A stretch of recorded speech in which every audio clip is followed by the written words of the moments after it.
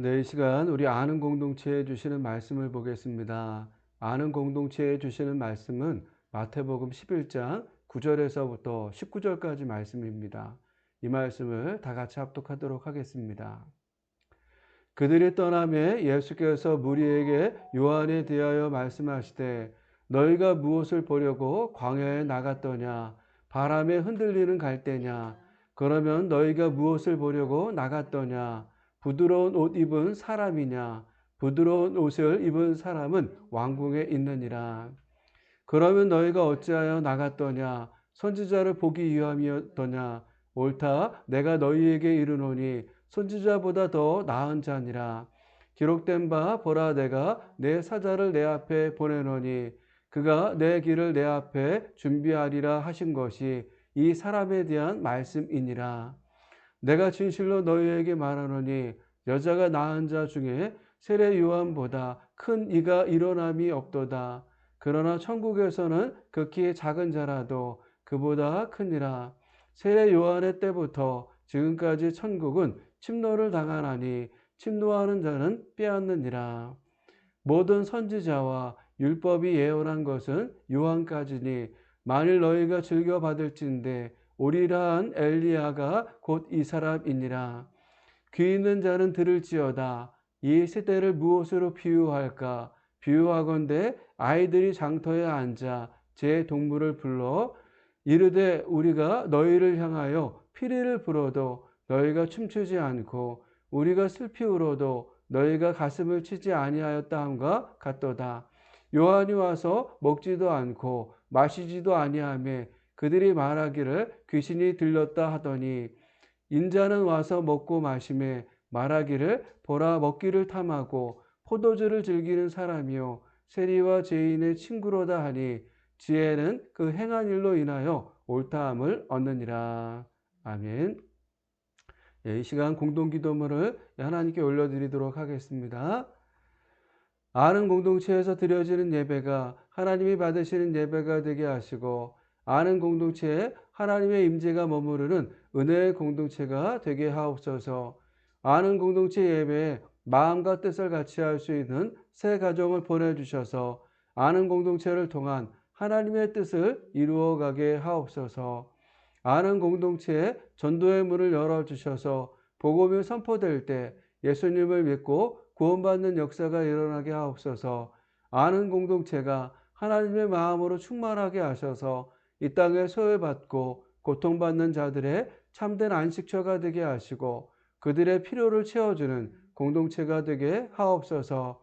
아는 공동체가 높이 솟은 산이 되기보다 누구나 오름직한 동산이 되게 하셔서 하나님의 선하심과 인자하심을 세상에 드러내는 공동체가 되게 하옵소서.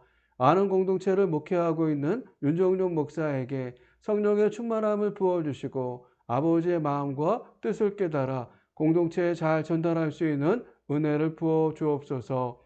2025년 아는 공동체를 통해 행하실 일들을 기대하며 예수님의 이름으로 기도드렸습니다. 아멘. 세리 마태는 마태복음을 기록하면서 천국이라고 하는 단어를 다른 제자들보다 많이 사용했습니다. 어떻게 보면 마태가 유일하게 사용했다라고 하는 말이 더 맞을 것 같습니다.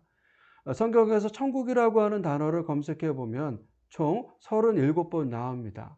모두 신약 성경에 나오는데 디모데 후서에서 한번 나오고 나머지가 모두 마태복음에 나옵니다.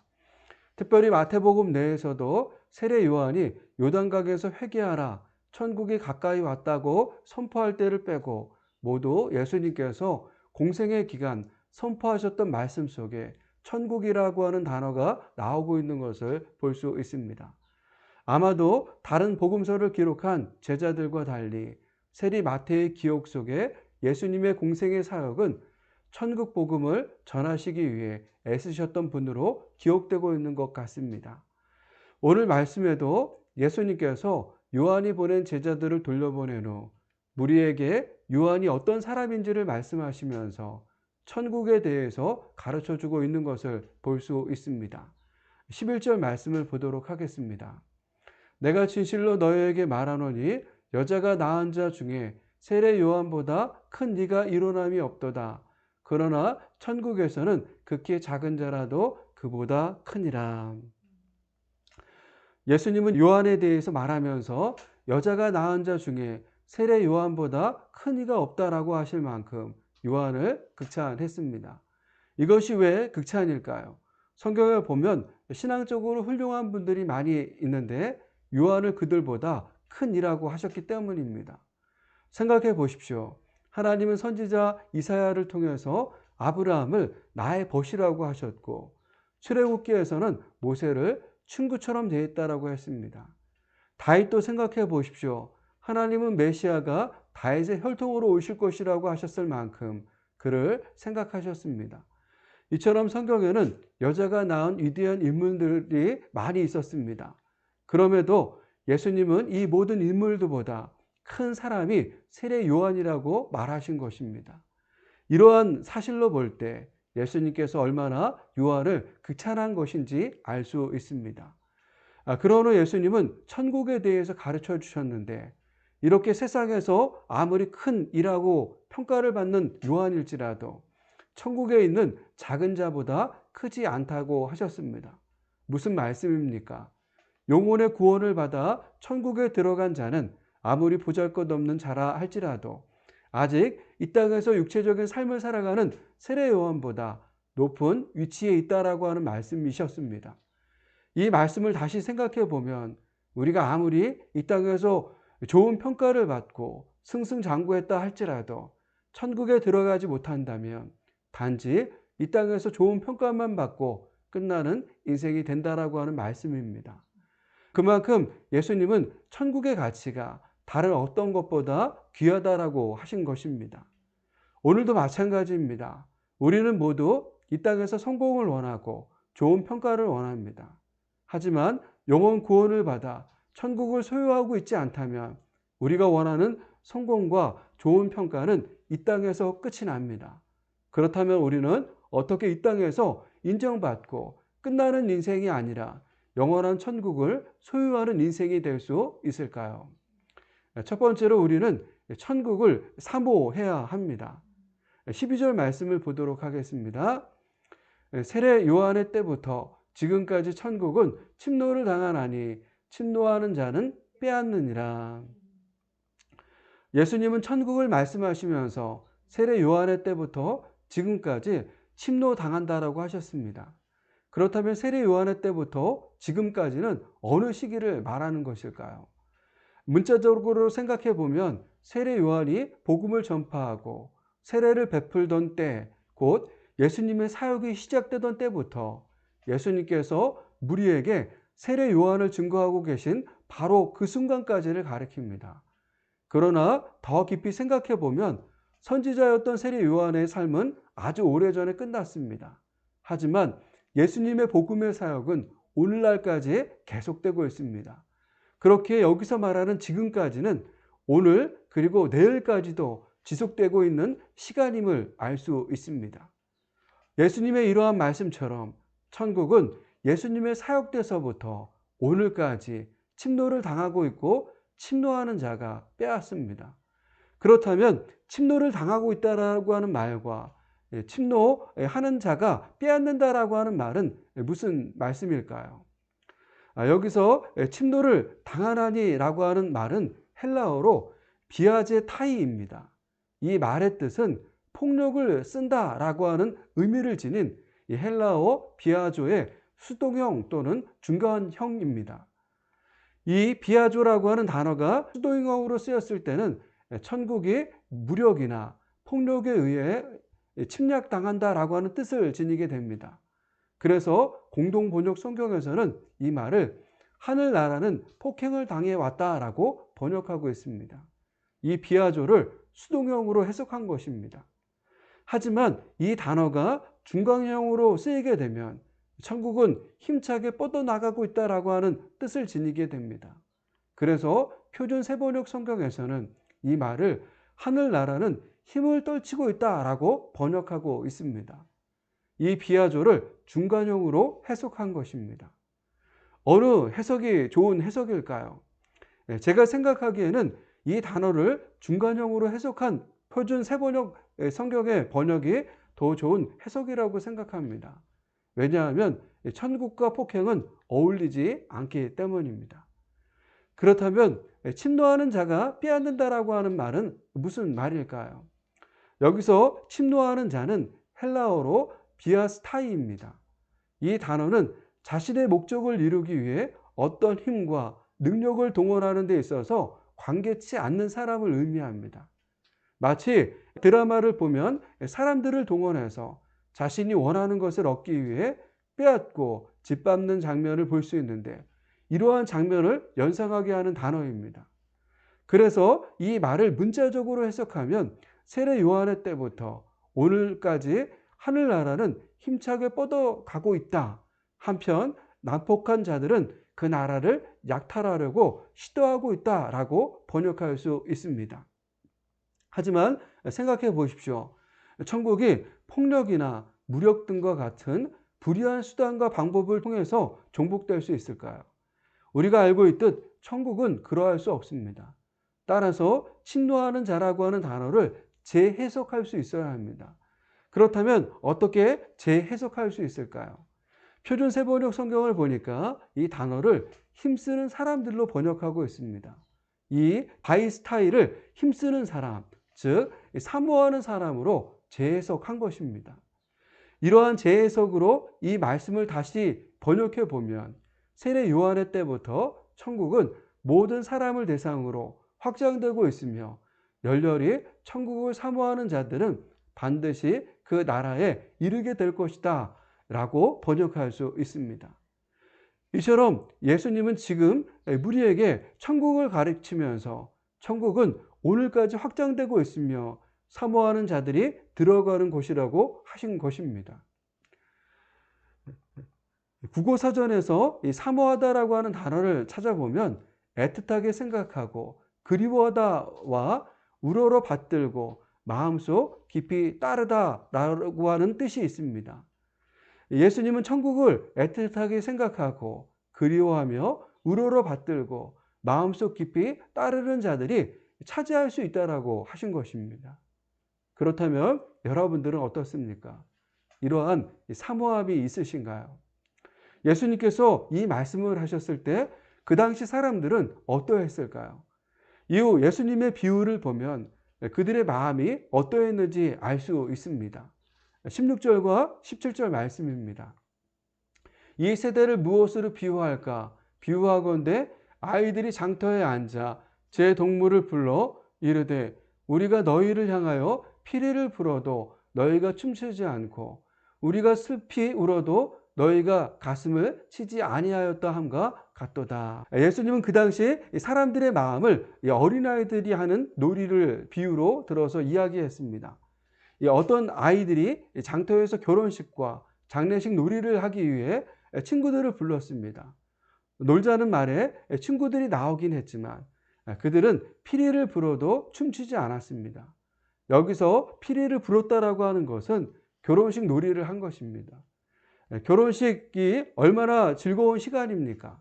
즐거워하고 즐겨야 할 친구들이 춤추지 않았다라고 했습니다. 친구들이 아무런 반응도 보이지 않은 것입니다. 그러자 이번에는 슬피 울며 장례식 놀이를 했습니다. 같이 가슴을 치며 슬퍼해야 하는데 이번에도 친구들은 아무 반응을 보이지 않은 것입니다. 예수님은 이러한 비유를 들어 그 당시의 사람들이 이처럼 천국의 복음을 들었음에도 아무 반응도 보이지 않았다라고 하신 것입니다. 그렇다면 우리는 어떻습니까? 우리도 천국 복음을 들어도 아무런 반응을 보이지 않는다면 예수님 당시의 사람들처럼 천국을 소유할 수 없습니다. 그러나 반대로 이 한 번의 복음이지만 듣고 반응한다면 우리는 천국을 소유할 수 있습니다. 히브리서 11장을 보면 믿음의 선배들의 이름과 함께 그들이 어떻게 천국의 시민이 되었는지 말해주고 있습니다. 히브리서 11장 16절 말씀입니다. 그들이 이제는 더 나은 본향을 사모하니 곧 하늘에 있는 것이라. 이러함으로 하나님이 그들의 하나님이라 일컬음을 받으심을 부끄러워하지 아니하시고 그들을 위하여 한 성을 예비하셨느니라. 사랑하는 여러분, 믿음의 선배들은 하늘에 있는 더 나은 본향을 사모했습니다. 그들은 천국을 사모한 것입니다. 그렇다면 우리는 이 천국을 사모하고 있습니까? 예수님의 말씀처럼 천국은 사모하는 자의 것입니다. 천국은 세례 요한의 때부터 한 번도 유축된 적이 없습니다. 세례 요한의 때부터 천국은 모든 사람을 대상으로 확장되고 있으며 열렬히 천국을 사모하는 자들에게 반드시 그 나라가 임하게 될 것입니다. 2년 전 저는 사랑하는 어머님을 천국으로 환송했습니다. 어머니께서 앓고 있는 질병이 있으셔서 급격하게 나빠지시면서 생각지 않은 날, 젊으신 나이에 하나님의 품에 안기신 것입니다. 그때 어머님을 보내면서 헤어짐에 슬퍼하면서도 한편으로 감사하고 고마웠습니다. 왜냐하면 어머니께서는 이 땅에 계시는 동안에 믿음으로 더 나은 본향을 사모하셨고 이 믿음으로 천국에 입성하셨다고 확신할 수 있었기 때문입니다. 예수님의 말씀처럼 저희 어머님은 이 세상 누구보다 큰 자로 이 하나님 품에 지금 계신다라고 믿습니다. 그러면서 저도 언젠가 이 믿음으로 어머님을 뵙게 될 것입니다. 얼마 전 어머니께서 소천하신 지 2주기를 맞아 가족들과 함께 빈소를 찾아뵈었지만 슬픔보다 감사가 넘쳐났습니다. 어머니로부터 물려받은 이 믿음이 우리에게도 있다라고 확신하기 때문이었습니다. 사랑하는 여러분, 여러분도 이 믿음을 소유하고 계십니까? 바라기는 이 믿음으로 천국을 소유하는 아는 공동체가 되기를 축복합니다.